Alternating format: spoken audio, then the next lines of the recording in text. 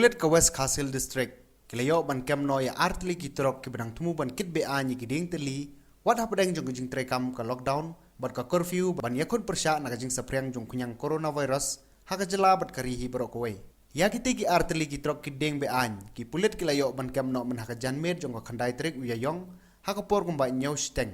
Nakawe ni gijaka kablatip kum ka thep japlang, kabdan haka surok ba na nongston charyang do. Tiki artli kitrok ki balayo ban kem no de ki pulit, kidai ki badan yo registration number ML not sansi, nrew pra nyaw ar bat kawai pat kabadan yo registration number ML chipo laiwe nyaw ar. Ban la ongru ba kitay baro artli kitrok ki bala syakem, kidai bala long try do ungay lang dakar.